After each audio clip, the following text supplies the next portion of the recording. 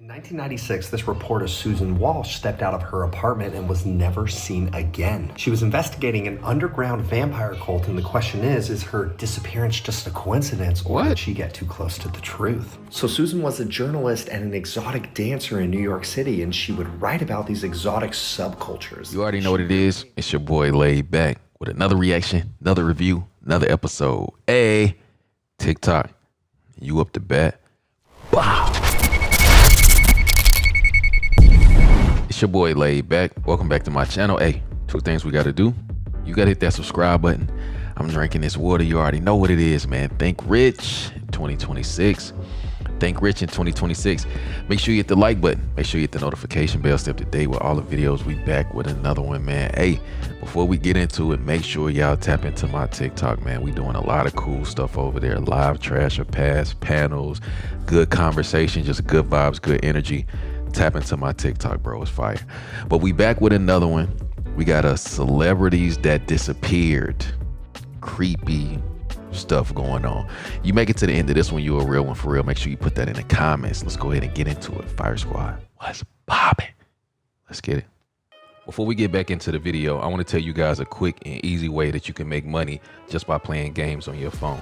Free Cash is a program that helps games and apps to find new users. So how it works is the companies get paid just from you playing the games.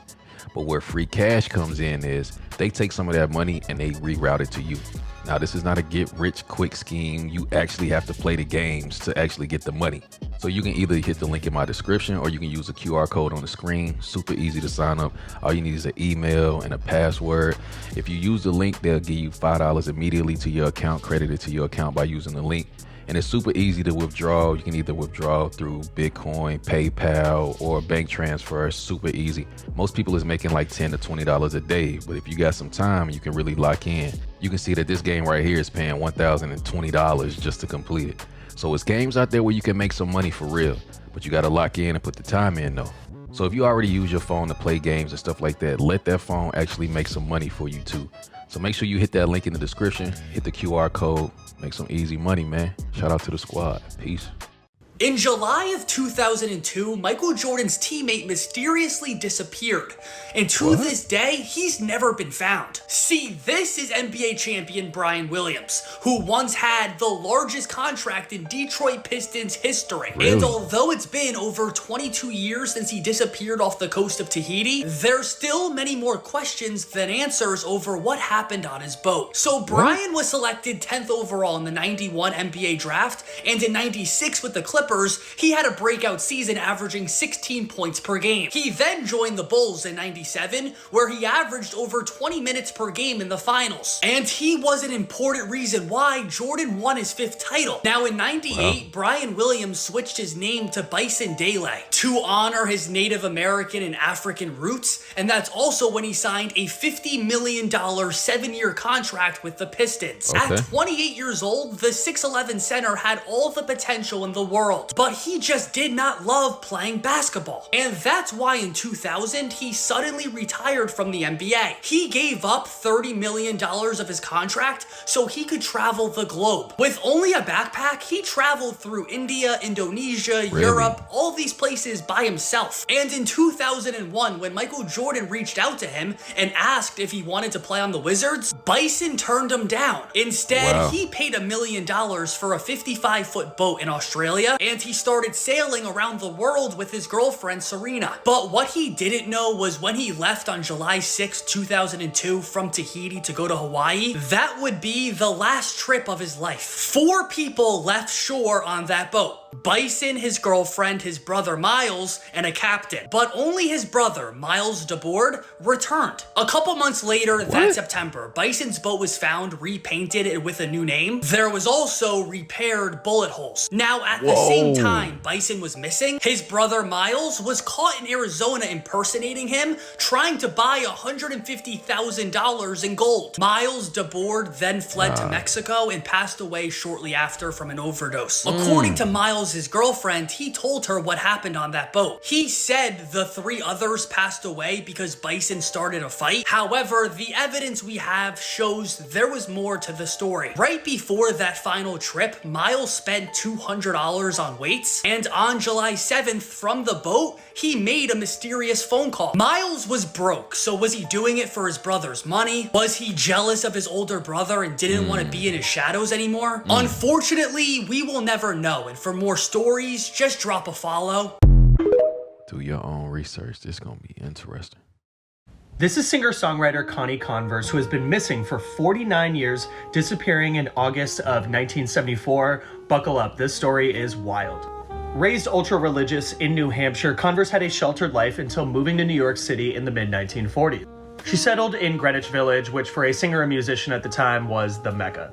She played clubs regularly and sold her music at her shows and on the street, but never garnered any sort of acclaim or a record deal or any sort of press outside of an appearance on CBS's The Morning Show with Walter Cronkite. She was also an activist who organized anti-racist rallies, worked with the NAACP and the People Against Racism. Okay. Queen shit. However, by 1961, frustrated and burnt out, she left New York City and music behind and moved to Ann Arbor, Michigan, where she worked as the managing editor for the Journal of Conflict Resolution.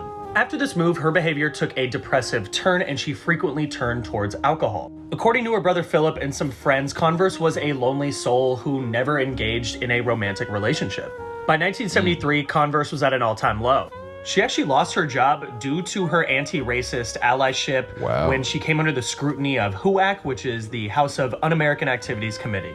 In August of 1974, she wrote a series of letters to family and friends stating that she wanted to start a new life. She wrote, "Human society fascinates me and awes me and fills me with grief and joy. I just can't find my place to plug into it." She then packed her Volkswagen Beetle and was never heard from again. No. Fast forward to 2004, and her best friend for years, the comic book illustrator Gene Deitch, was on a radio show called Spinning on Air and played some of Converse's music. Listeners were impressed and tracked down more of her music in Ann Arbor and where Deitch lived in Prague. In 2009, Loud Duet Records released a compilation of 18 songs that Converse had recorded in Deitch's kitchen 50 years prior called How Sad, How Lonely. It was released to widespread acclaim, and Converse's music now has a fervent cult following with tens of millions of streams on Spotify. Wow. No one knows what happened to Converse or if she even lived past August of 1974, but her legacy lives on through her music. Who getting paid off her music then? Because that's wild. The unsolved disappearance of the millionaire Thai Silk King and the mysterious mega mansion he left behind in Bangkok, Thailand. This is Jim Thompson, March 26, 1967. Mr. Thompson, a very wealthy American businessman known as the Thai Silk King, is on vacation in the Cameron Highlands of Malaysia. He leaves his friend's house for a short walk in the jungle and never returned. Vanished into thin air. His friends didn't think too much of it because they knew that he likes literally getting lost in the jungle on his walks. But this time he for real got lost and he never came back. And they never found his body. Locals, Malaysian police, international search teams scoured the whole Malaysian jungle for this guy. He disappeared into thin air. Some think nature took him out, some think he was abducted. Some even get more elaborate into saying that it was perhaps for political reasons, since Jim Thompson was a military intelligence officer during World War II. 57 years, and the mysterious disappearance of Jim Thompson remains unsolved to this day, which gave me this strange, eerie feeling walking throughout his house he left behind in Bangkok. Today it's a museum that anybody can go in and visit and explore themselves, but still something feels strange about being inside the house of a man that completely disappeared. This place is actually 6 different houses that he imported from different parts of Thailand to Bangkok and was reconstructed at site to create the mansion that he had. The place is absolutely beautiful. Koi ponds, plenty of greenery, traditional Asian architecture. It's a very zen feeling in the house. But this is all that's left of Jim Thompson today. What do you think happened to him? Follow to see more travels through Southeast Asia. Stay curious. Sean Flynn disappeared on April 6, 1970. He was the son of Hollywood legend Errol Flynn and French actress Lily Demita. They got married in 1935 and they had their son in 1940, and then got divorced in 1942. After Sean graduated from boarding school in 1960, he decided to follow in his father's footsteps and attempted acting for a while, with most of his work being in Italian films, or B films. By 1965, he got bored of trying to act and moved to Africa for a while to be a guide for safaris and big game hunting. While in Africa, he realized he was running through his money quick, so he accepted 2 new roles in 2 Italian films just to gain some money. And then in 1966, he did a film in Singapore. That would be his final film. During that time, he gained an interest in photojournalism. and he decided to go to Vietnam as a freelance photojournalist. And he got hired by numerous magazines from Paris, London, and the USA, as a photojournalist in Vietnam. His photos began being published in magazines all over the world, and he quickly became a big name in the photojournalist world. And he was considered a high-risk photojournalist, with him even getting wounded one time, trying to get photos in 1966. Throughout most of 1966, he stayed on battlefields to get photos for publications, and was even credited for saving an Australian platoon from decimation by a mine, by identifying the mine while taking photographs. In 1967, he flew to Jordan to cover the Arab-Israeli War of 1967. And then he returned to Vietnam in 1968, and was also hired as a cameraman for CBS News. And finally, Sean Flynn went to Cambodia in 1970. This dude, every picture he got his shirt off. Like, every picture he got his shirt off. When news broke of North Vietnamese advances into Cambodia. On April 6, 1970, Flynn and a group of journalists were to go to a government-sponsored press conference in Saigon. They were all to be escorted in limos, but Sean Flynn and Dana Stone decided to go on motorcycles instead and not the limos. Sean Flynn and Dana Stone found out that there was a checkpoint in Cambodia where 4 journalists had been captured. And being the high-risk photojournalists that they were, they decided to go check it out. So they detoured and went to this checkpoint and were never seen again. Numerous searches have happened, and nothing has ever been found. No signs of life, no signs of death. His remains are missing to this day. After 14 years of searches happening, Sean Flynn and Dana Stone were officially declared dead in 1984, with their remains never being found. And to this day, no one knows exactly what happened that day. His mother, Lily Demita, never stopped trying to find him. She independently funded numerous searches for him in Cambodia, until she died in 1994, 24 years after he disappeared. What do you think happened to Sean Flynn that day? And what do you think of his choices? Let me know in the comments. Michael Rockefeller's disappearance was way more terrifying than you'd thought. He wasn't a missionary like John Chow was with North Sentinel Island, but instead, he was an anthropologist who was deeply fascinated by the Asmat people, and at the time, they were known to have ritualistic warfare and cannibalism. He would be traveling in a small boat along the coast of Papua New Guinea with a fellow anthropologist, but according to the person who was with him, the boat would capsize and they would be stranded. And after drifting for a while, they would actually catch a stroke of luck. A passenger plane would spot them, drop off some gifts, and then promise that they're going to return. But Michael decided that land was only a few miles away and that it was close enough for him to actually just swim to shore. He would tie 2 empty gas cans to his arms, say, "I think I can make it," to the other guy, and then start swimming. And of course, that would be the last time he would ever be seen alive. The next day, the other anthropologist would be saved, and still, Michael Rockefeller was nowhere to be found. In the years that followed, other missionaries and other local people in that area would actually say that the Asmat people had taken him, killed him, and then consumed him. He would be exhausted, alone, and completely vulnerable, so he would be easy pickings for any tribesmen who came across him. But this story does take a turn. There's this famous photo of this fair-skinned guy who's rowing a boat with people who seem to be other Papua New Guineans. At least that's from the rhetoric that I've seen online, and you can see that the guy has glasses that were similar to Michael Rockefeller's at the time of his disappearance. But at the end of the day, it's all speculation, and there's been no concrete evidence of exactly what happened to him. And to this day, it's still one of the most chilling and unsettling mysteries that has never been solved. Bro, some of these stories are really, really crazy. In 1975, a singer and songwriter, Jim Sullivan, disappeared without a trace while heading to Nashville, Tennessee. This case was just so strange because his car was locked with all of his valuables and personal belongings stuck inside of it. There was no trace of him, no footsteps, no nothing.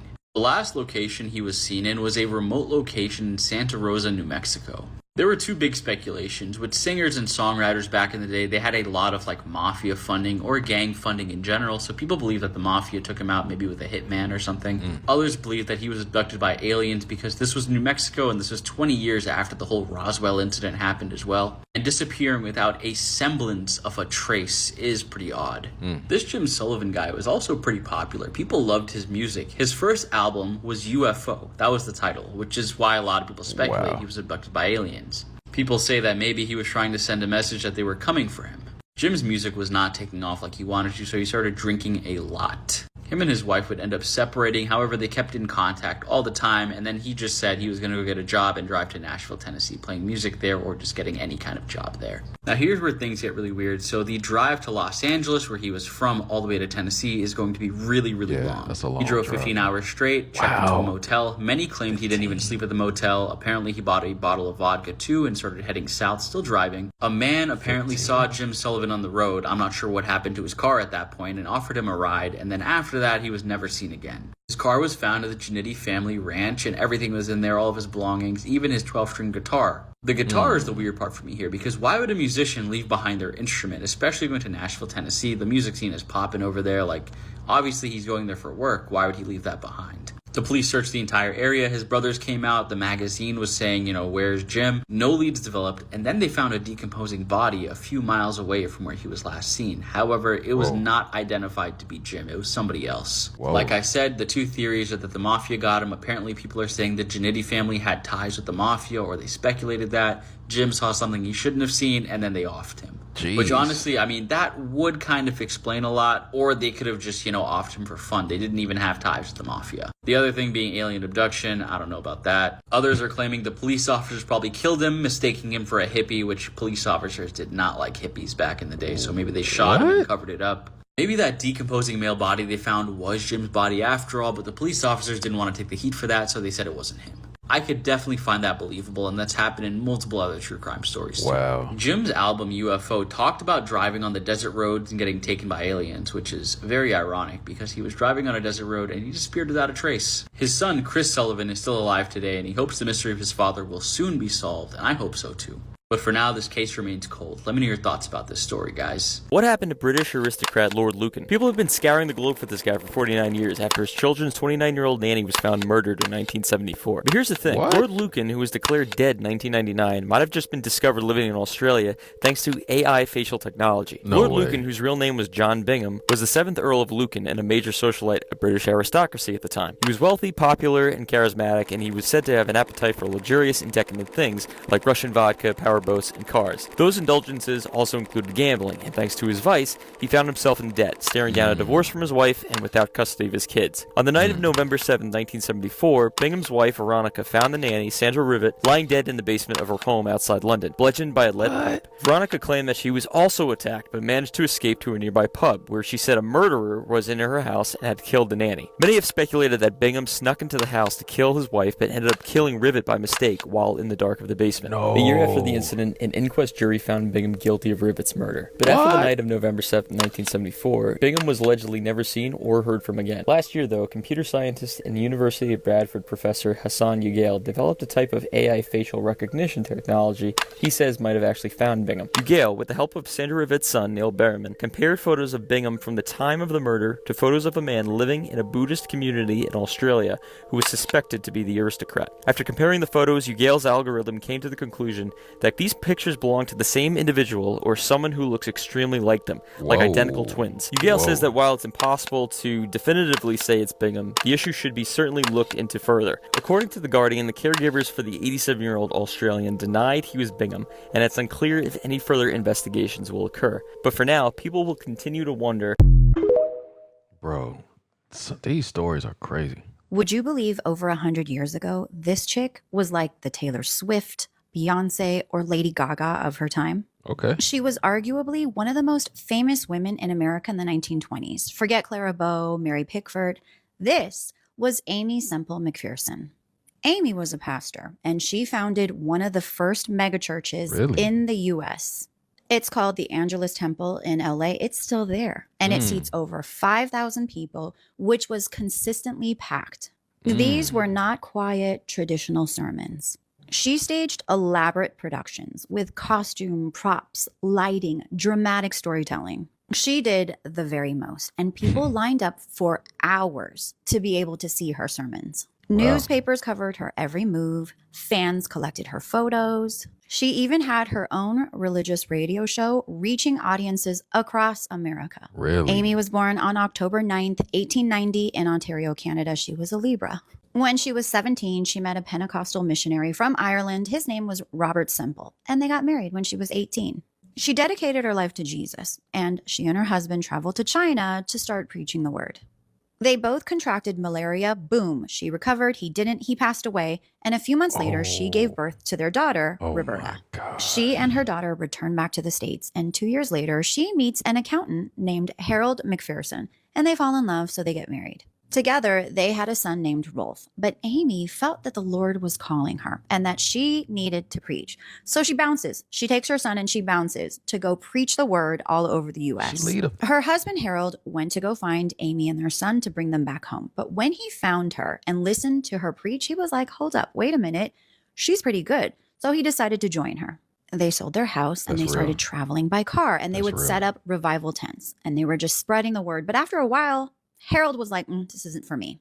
Marriage number 2 ended in divorce. 1918 rolls around.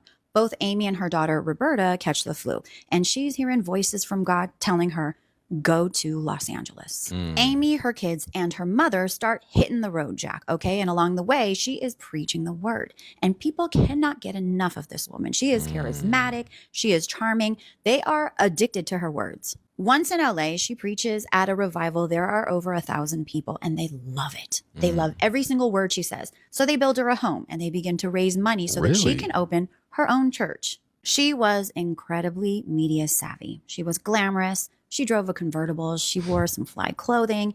And again, her performances were Gaga worthy. And then at the height of her fame, she walked into the Pacific Ocean and disappeared.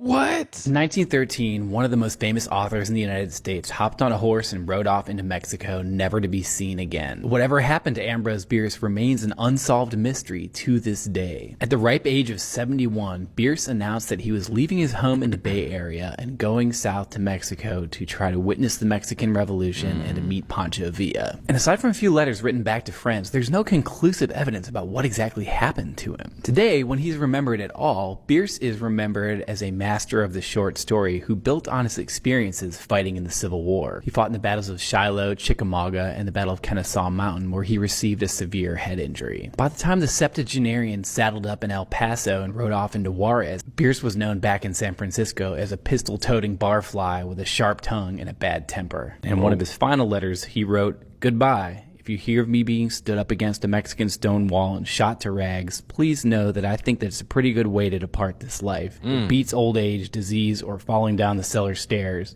To be a gringo in Mexico, that is euthanasia." There are competing theories about his death. Most agree that he met with the revolutionary leader Pancho Villa and witnessed fighting at the Battle of Tierra Blanca. After that, the trail goes cold. As an author, he sits somewhere in the spectrum between the gothic works of Edgar Allan Poe and the dark humor of Mark Twain. But his exit from this world may be the darkest story he ever wrote, and the mystery remains unsolved. There's an American YouTuber who is missing after being abducted in the Philippines. Here's what we know. This story is insane. What? This is Elliot Eastman. He moved to the Philippines after meeting his wife there. He moved there back in May to marry her. They moved to an area in the Philippines that he was live streaming about, that he was like worried about that himself. He was worried about them living there. They were hoping to move out of the area. He even had a live stream on October 16th where he was talking about how like some nights he's really scared. And the clips of that live stream are just really eerie and like foreshadowing in a way that's so scary. And then late on Thursday night, 3 men who were dressed as police officers who were armed with M16s stormed into his house when he tried to pretend to arrest him. They were abducting him. When he tried to fight them off, one of them shot him in the leg and then they picked him up. They put him on a speedboat and just took him away. His father-in-law immediately called the police and they've been searching for him ever since. There isn't much known about like how these people could have found out where he was, if he was targeted, if this was a random thing, if they knew him, if he knew them. But it's such a scary situation. And the fact that he like could almost feel it coming in live streams from last week. Authorities say they are doing everything that they can, and we have all of the positive thoughts for his safe return. But to me, this just showcases more of the danger of like live vlogging. Like people know where you are in the exact second when you go live. And I would just encourage people to be really careful when they are sharing their location the second that they are still at that location. That is very true. It's crazy out here. It's just come out that this former NFL player has been missing for 6 months. This is an incredibly strange case. It came out a day or so that Sam Beal, who used to play for the New York Giants, hasn't actually been seen since last summer. He was an incredibly successful athlete. He played for the Giants from 2018 to 2021. He's only 29 years old, and at the time he'd apparently just agreed to borrow his girlfriend's car for the day. He had dropped her off at work in Michigan as normal, and that was the last time she ever saw him. Wow. He then appears to have driven across the country and ended up at Virginia Beach, which is odd in itself. Like, why would you drive all that way? He didn't tell anyone that that was his plan. It's very odd. But here's where it gets really eerie. That same car that he had borrowed was then found at Virginia Beach, totally abandoned. And inside were Sam's socks and shoes. Now, I don't know if this is relevant to the disappearance. It very well could be, but his shoes and socks were found in the passenger footwell of the car, and there was sand in there. I don't know what that could mean. He'd not taken anything else with him, like he didn't have a big bag or anything to suggest that he was going to go on a road trip or stay somewhere for an extended period of time. It makes no sense. Now, his older sister has posted online, "We've done everything we could on our end to piece things together, and at this point we're in desperate need of support on all ends. I'm not here to answer a bunch of whys and hows. I just need this to land in the right direction to gain some form of answers or closure." Amelia Earhart disappeared in 1937, and most people think she probably just crashed into the ocean and was never found. But what if that's not what happened? I have always been fascinated with Amelia Earhart and who she was and what happened to her, but if you are unfamiliar, she disappeared while trying to become the first female to circumnavigate the globe. And before that, she was setting all sorts of aviation records, including what she's most known for, which was being the first female to fly solo nonstop across the Atlantic Ocean. Now, the most likely theory for her disappearance is that she ran out of fuel and crash landed into the Pacific Ocean. Her last radio communications were indicating that she was struggling to find this island. It's called Howland Island. It's about halfway between Hawaii and Australia. But her crash landing in the Pacific Ocean is the most widely accepted theory and is probably what happened to her, but there has never been any wreckage or evidence found. But there are some other theories that I have always found really interesting. The first of which is that they crash landed on this atoll. They actually found a partial skeleton that maybe matched her build on this island, as well as plane parts. So that's the main evidence supporting this theory, but it's still inconclusive. My personal favorite theory is that she survived and lived out her life in New Jersey under a different identity. There was even a full book written about this theory in the 70s, and this lady ended up suing the author because she was like, "I'm not Amelia Earhart." Another one that kind of builds on the last one is that Amelia was actually a spy for the US government and that she was captured in Japan. She either died in custody or had to be rescued by the US Navy, who then turned her into Irene in New Jersey. Honestly, she probably just ran out of fuel. That's probably the most likely thing, but I am curious, what do you think happened? Damn. You don't want to be in a plane crash. Okay, tell me I'm not the only one who is just finding out about this crazy Hollywood unsolved murder. This is Jean. She's 26 years old, and she was an actress in Los Angeles who had done some small movie roles, including a movie with a man named Kirk Douglas, who actually, that movie got released after she had already vanished. On October 7th, 1949, Jean left her home in Park La Brea, and she had told her sister-in-law that she was going to talk to her ex-husband about child support for her child, and then that she had a late-night shoot, and so she kissed her child goodbye and left. Hours later, she called back home and told them that she was actually going to work much later than she thought, and that it was going to be a really late night shoot, and turns out she just never came home. 2 days later, her purse was actually found, oddly enough, at the top of Griffith Park, near Griffith Observatory, which is a place in Los Angeles, and the strap on the purse was torn, and there was a note that was written inside that said, "Kirk, can't do this any longer.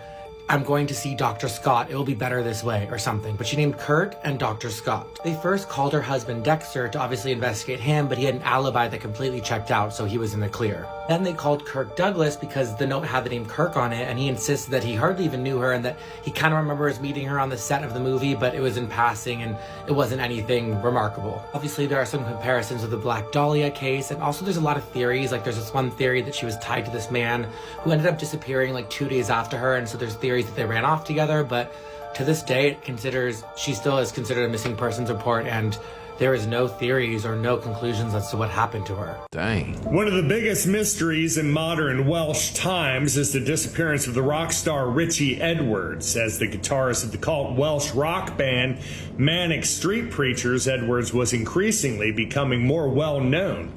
He joined the band in 1992, and by 1995, Taking on America was on the immediate horizon. In 95, the band, including Edwards, was supposed to fly to America for a promo tour. Instead of leaving London for the airport, Edwards decided to drive to his homeland of Wales. After that point, he was never seen again. There's a theory that he jumped off the Severn Bridge, but no evidence or bodies were ever found to corroborate this story. So, even to this day, we have no idea what actually happened to Richie Edwards. Celebrities who disappeared and were never found. Child movie star Joe Pickler. Pickler appeared to be on a rocket ship to stardom in the late 90s, starring in hits like the Beethoven sequels, Varsity Blues, and Shallow 2. However, at the age of 18, after taking some time off the big screen, Pickler would vanish. Pickler had moved back to his hometown of Bremerton, Washington to finish out his high school career, but was planning a move back to Hollywood at the time of his disappearance. Instead, on January the 9th of 2005, Pickler's Toyota Corolla was found abandoned with his phone inside, but his wallet and keys missing. Investigators learned the last time anyone had seen Pickler was actually on the evening of the 4th during a night of cards with friends. At 4:15 a.m. on the 5th, Pickler placed a call to another friend of his, but the contents of that conversation have not been released. When Pickler's car was discovered on the 9th, several poems and strange notes that allegedly mentioned wanting to be a, quote, stronger brother were found inside. This has led some to suspect that Pickler could have taken his own life, although family believes foul play was most certainly involved. Regardless, 20 years later, Pickler's body, keys, or wallet have never been found. A retired U.S. Air Force general just totally disappeared, and the details are not making sense. His name is Neil McCasland, and he used to oversee some of the military's most advanced technology. So authorities say that he vanished from his home in New Mexico nearly 2 weeks ago at this point. He's 68 years old, and according to officials, he likely left on foot. But here's where things get a bit unusual. So to begin with, he left his phone behind, but he did take his wallet, his hiking boots, and a revolver. Search teams, including the FBI, have been combing all of the trails near his home, and they have found no trace of him in particular. At one point, they did find a shirt, but they can't confirm if it was his or not. Authorities at this point say there's no evidence of any foul play, but I mean, let's be honest. McCasland wasn't just any retired officer. Before retiring, he commanded the Air Force Research Laboratory. Now, that's a role tied to serious space research, super advanced systems, and highly sensitive programs. And in fact, in more recent years, his name has come up quite a bit around the UAP topic. In fact, in a recent discussion with Jeremy Corbell, Congressman Eric Burleson even said that McCasland was someone that they really wanted to speak with. But every attempt that they made to reach out to him was met with the same response. He had nothing to say. And now there's another detail that some people are starting to really question. News Nation pointed out a separate missing person case. This has to do with an aerospace engineer named Monica Reza. And Monica disappeared while hiking in California. This happened within the last year or so, and she has never been found. No trace. And according to reports, she worked on advanced materials, strangely enough, in a program that McCasland was connected to during his time in the Air Force. There is no confirmed connection between these two cases, but I mean, the timing and the overlap has definitely raised questions among many people that are following this particular story. For now, it remains an active missing person investigation. I mean, but think about it. When someone of this level of top secret program access and his type of background literally just vanishes, it definitely raises questions. Of course. I will keep you updated. Of course.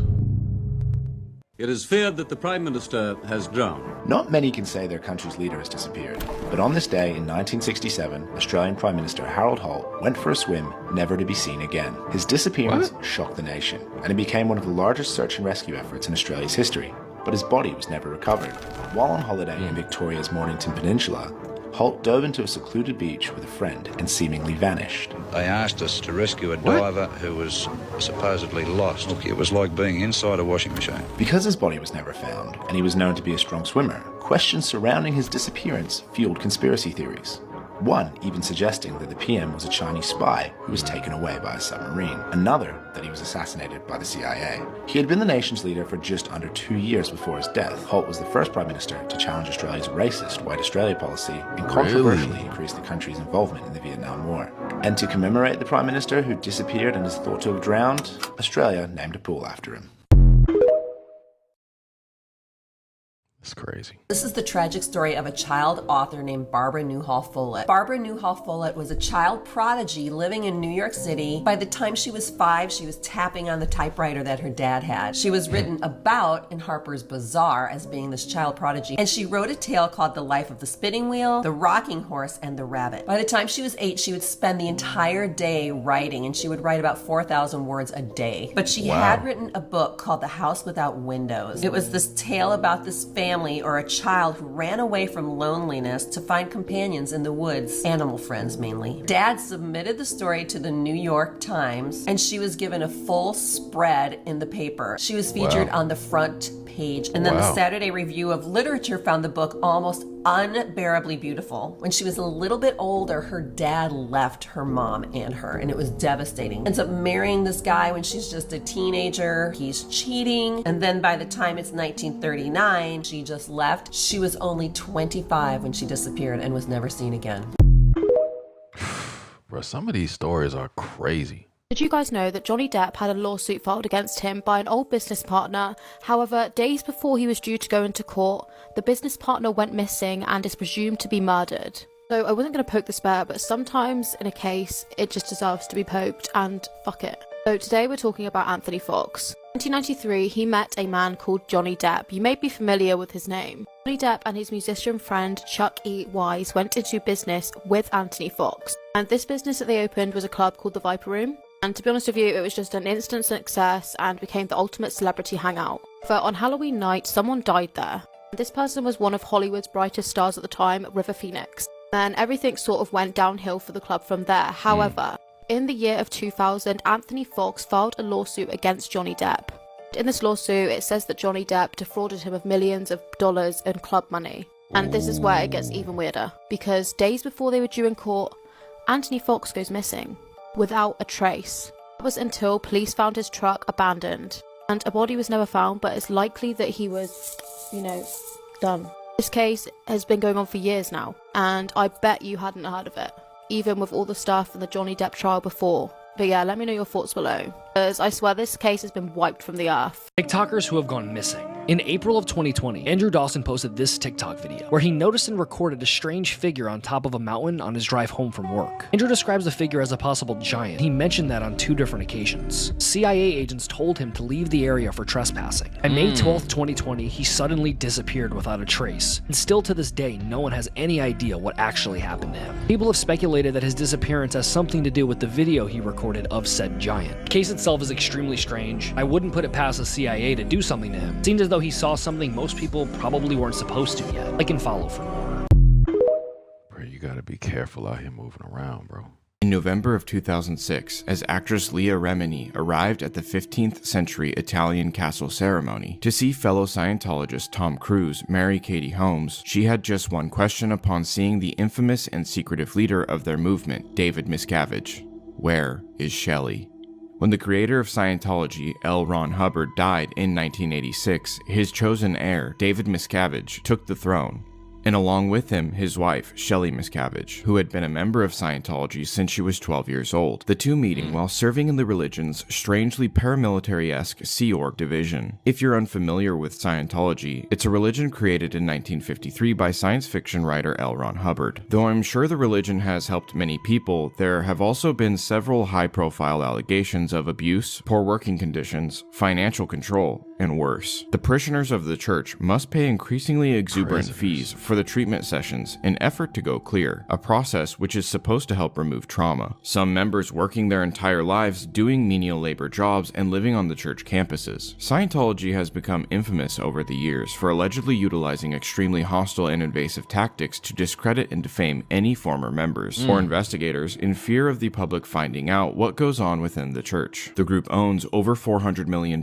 in real estate estate in Hollywood alone, and pretty much bought a city in Florida. They even have several secretive, heavily guarded bases hidden throughout Wyoming, California, and New Mexico. When David took power, his wife was given a role fit for who was ostensibly now the First Lady of Scientology, creating the position of Chairman of the Board Assistant, which put her in charge of all the highest-ranking staffers. Except, she had little true power over her own life or any decisions made, as David was extremely controlling and quick to temper, making her role little more than his personal assistant. It seems Shelley slowly lost favor with David, as he shot down all of her projects, and rumors of him having an affair with his communications expert, Laurice Stuckenbrock. These rumors only multiplied by the fact that the two no longer shared a bedroom, and hadn't showed any personal affection in front of anyone in years. According to defectors from the mysterious organization, Shelley maintained a desperate attempt to impress and assist David in his work, but did begin to feel and express that he was going off the rails. These same former members that were so close to Shelley claimed that in early 2006, she was showing signs of massive stress and anxiety, appearing unstable and fearful. During this time, Shelley made two decisions while David was away on a trip. In order to facilitate renovations to David's personal living space, Shelley had some of his belongings boxed up and put in storage. She then rearranged some of the staff positions at Gold Base where she was living, informing them of their new titles and duties. Both actions David must have considered completely over the line. One of the former members is quoted as saying she puttered around for maybe a week or two. She was being very sheepish and withdrawn. It was like she knew she was in big trouble. In August of 2007, Shelley's father passed away, and she attended the funeral after being isolated for some time. According to former high-ranking Scientologist Mike Rinder, Shelley was taken to one of several Scientology facilities in the San Bernardino Mountains, a place he refers to as a very secret location, the heavily guarded headquarters of the Church of Spiritual Technology, where the church takes great care in preserving the writings of their founder for eternity. These writings are etched into stainless steel tablets, which are held in titanium containers filled with argon gas. Those containers are lined with heat shielding developed for the space shuttle program. The containers are then stored in deep underground vaults. Maintaining and protecting these facilities is considered an honor amongst the Scientologists, but defectors have also claimed that these locations are also used as de facto prisons.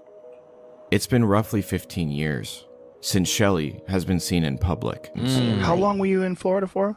3 months. 3 months of dealing with this?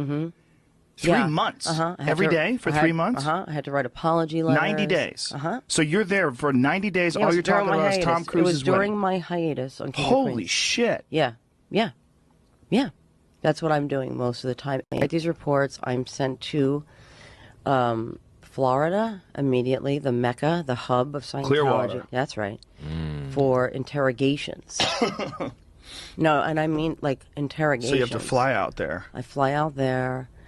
I'm in the room. I'm in a room, you know, with cameras, with my person who is armed with information, unbeknownst to me, of a stack of reports that were written on me. These are After Leah went public with her questions about Shelley's whereabouts, Scientology began going above and beyond to discredit and smear their former member. The church goes to great lengths to discredit those who speak negatively about it, including making a YouTube channel dedicated to painting Leah in as negative a light as possible, that produced several high production value testimonials from various figures in Leah's life, including her father, stepmother, loose acquaintances, all the way down to a manager of a Scientologist hotel and a home inspector whom Leah met once.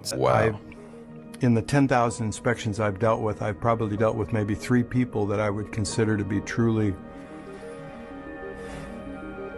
I don't know another word other than insane. Why go to these great lengths to discredit one person, instead of just urging Shelley Miscavige to make a public statement? It is my personal belief that Shelley is unable to make a statement for one of 2 reasons. Shelley is long dead, or Shelley is being held against her will at one of the church's many properties. This is wild. In 2013, after finally leaving Scientology, actress Leah Remini filed a missing persons report with the LAPD. However, the report was quickly closed and marked as unfounded. According to the LAPD, they made contact with Shelley but refused to give any details as to her state of mind, health, or if they met with her in an environment where she would be away from her potential kidnappers, in order to express the need for help. The case so quickly shut down, so either Shelley really is fine, or could corruption be playing a role?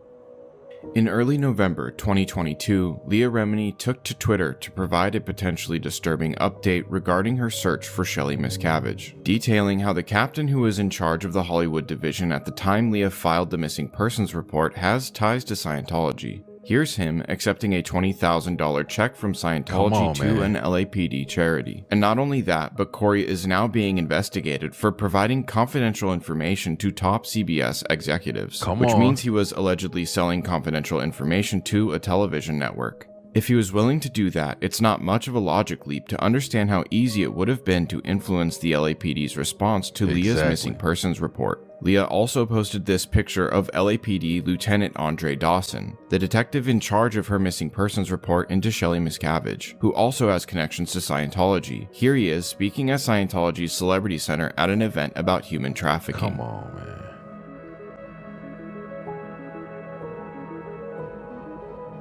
They connected out there. They connected, especially in LA. Crazy. She was on the cover of CoverGirl, had been in over 300 beauty pageants, and even had a small role in the movie Scarface. But on July 6, 1983, she would disappear forever. What happened to Tammy Lynn Leppert? Tammy Lynn Leppert was a beautiful and talented 18-year-old from Rock Ledge, Florida. She was living with her mother, Linda, who was also her agent, as she started into beauty pageants at age 4, which led her into modeling, which then would also lead her into acting. Now, Tammy had a lot going for her. She was in talks to be in 3 major films, and people thought she was going to be a big star. But in August 1982, after filming the movie Spring Break, she would go to a party. And something happened at this party. We just don't know what it was, but when she came home, her mother said she was a completely different person. She thought somebody was after her and trying to kill her. She wouldn't answer the door. Whoa. She didn't want people to come in the house, and she would even have people taste her food because she thought it was poisoned. In March 1983, when filming the movie Scarface that she had a small role in, she saw blood on scene, and she had a full breakdown and became hysterical. She had to be taken off set, and she started talking about money laundering and how she saw something she wasn't supposed to. Now, on July 2nd, Tammy's mother had her mentally evaluated, and she stayed there for 72 hours, but was discharged on July 5th, and they said she had no substances in her system. On July 6, 1983, she was supposed to go to church with a friend. She had told him the day before that she was going, but also said that she may have to leave for a while, not telling him where she was going. So on July 6th, when he called to verify their plans, she was already gone. And she had told her mother at 11 a.m., "Bye, Mommy. I'll see you in a little bit, okay?" She left with a man named Keith Roberts, who she had met in acting classes. Keith says that Tammy called him that morning, asking him to drive 100 miles from his home to hers to pick her up, which he did.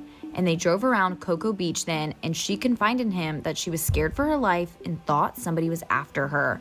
And then she asked for a ride to Fort Lauderdale, which he said no, that it was too far. She would then get out of the vehicle into a parking lot, which was between North 2nd and North 3rd Street. She would then attempt to call her aunt 3 times and then try to call her friend Ron once, but neither of them were able to answer, and unfortunately, she was never heard from again after that. Wow. Cocoa Beach police have received 2 phone calls since her disappearance from a woman, the first saying that Tammy was still alive and she would reach out when she was ready, and then the second one saying that Tammy had become a nurse, but these are completely unverified. Now today, Tammy would be 60 years old. Her mother unfortunately passed away in 1995 without ever knowing what happened to her. If you have any information on what could have happened to Tammy Lynn Leppert, please reach out to the Cocoa Beach Police Department at 321-868-3251. Thank you for listening to Tammy's story, and be sure to follow before you leave. Bro, these stories are really, really disturbing. Jody Husenschut, a young news anchor, overslept for her shift, spoke with someone on the phone saying she would be right in, and was never seen again. Jody Husenschut was 27 years old. She was a news anchor in Mason City, Iowa. She was relocated to the area recently. She overslept. She was supposed to be at work at 6 a.m. for the early morning news shift, And a coworker called and said, Jody, where you at, girl? And she answered and said, I'll be right there. Sorry, I overslept. And somehow, from her bedroom to the car, she just vanishes. So they go and look at the apartments that she lived in. Her red Mazda Miata is still out in the parking lot, and all of her stuff is strewn about. The hairdryer, her heels, all of her stuff, clearly a sign of struggle. Honestly, it appeared as though she had been abducted right in front of her own door. Wow. Now, the night before, she was out with friends, including a man named John Van Sice. He was 20 years her senior and apparently very interested in Jody, but she had made it clear multiple times that she only wanted to be friends. Some people even allege that he was obsessed with Jody and he quickly became a person of interest. Police even searched GPS on his vehicle years later, but charges have never been brought against him. But this case is just so freaking eerie to me because it's been 30 years, there are no answers. I mean, there is simply no trace of her, no leads, no body, nothing for 30 years. How is that possible? There aren't even a ton of theories to discuss because there's just no evidence.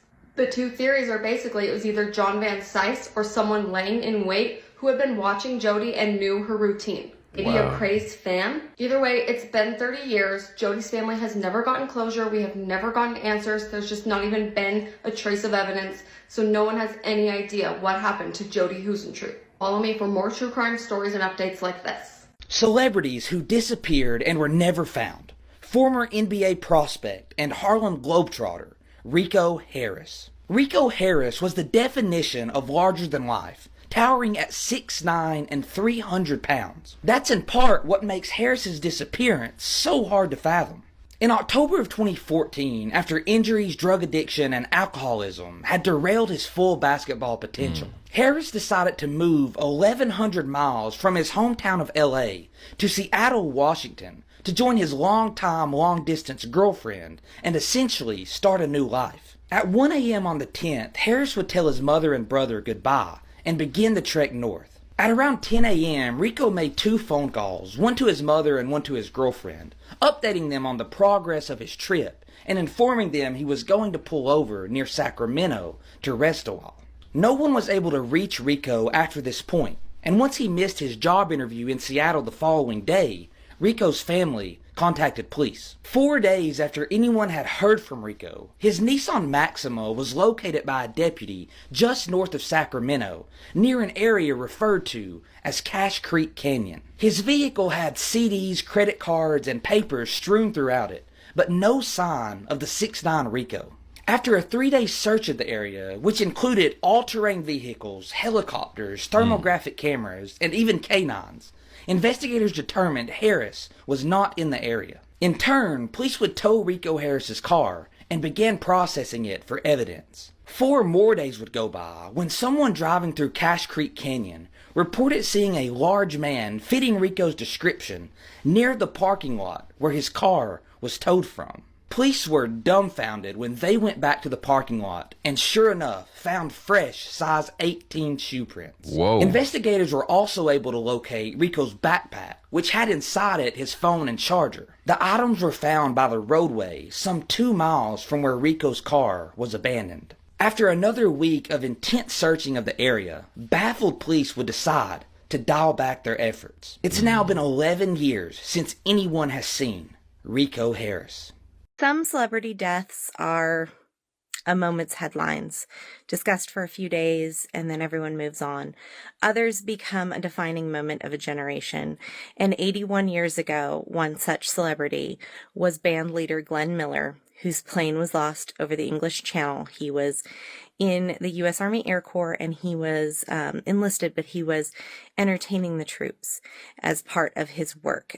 His big band, swing big band, an orchestra became a part of the Army and kind of a precursor to modern military bands. And he was such a morale booster and such a symbol and such a hero to everyone in the U.S., but throughout the Allied forces, that he was just a symbol of encouragement and such a morale booster for everyone. And his disappearance, and then he was declared dead a year and a day later, retroactive to December 15th, 1944. So December 16th, 1945 is when they make the official pronouncement, because that was the convention at the time with aircraft disasters.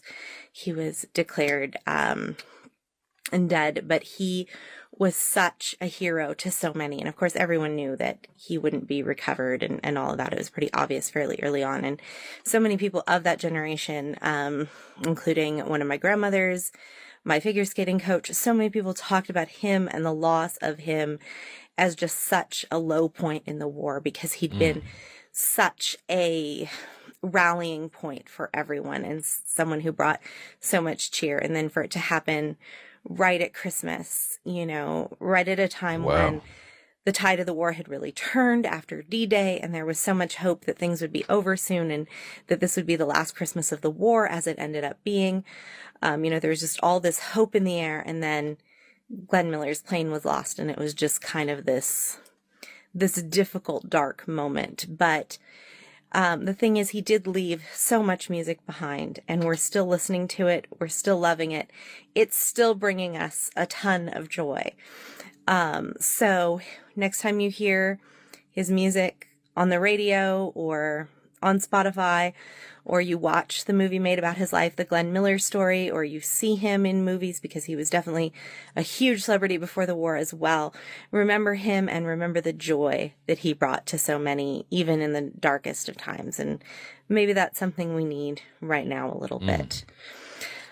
Anyway, let me know in the comments. Did you know about Glenn Miller? Had you heard of him before? And may he rest in peace, and may his memory remain. In 1996, this reporter Susan Walsh stepped out of her apartment and was never seen again. She was investigating an underground vampire cult, and the question is her disappearance just a coincidence, or did she get too close to the truth? So Susan was a journalist and an exotic dancer in New York City, and she would write about these exotic subcultures. She really gained a ton of recognition when she exposed the dark underbelly of the New York City strip club scene. Things like the Russian mafia's control and involvement within that scene, the drug problems, the trafficking issues, the violence issues, and she was an inside source to expose all of it.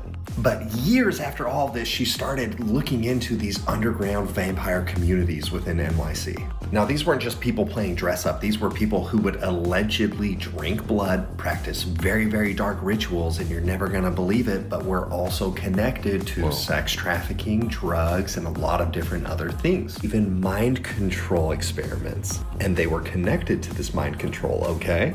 So she's been working on this piece for a long time, and she's telling people you are never gonna believe what it's connected to. And then on July 16th, 1996, she steps outside and is never seen again. No credit card activity, no cell phone use, no trace.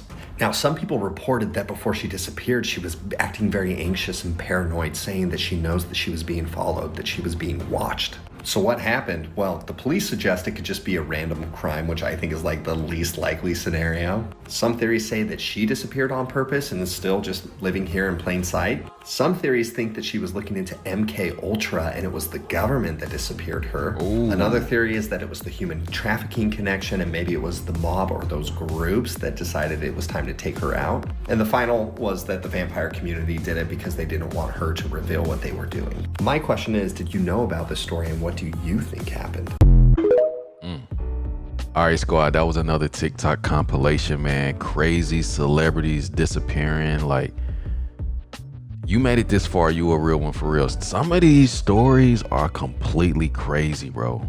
Completely. People just vanishing just like that. No trace, no nothing. They just gone for years. Nobody know nothing. Like, that's crazy, bro. But hey, I got a TikTok playlist. If you into this stuff, you can binge watch, but proceed with caution. Till next time, self-love and positivity. Fire Squad, I got you and you know it.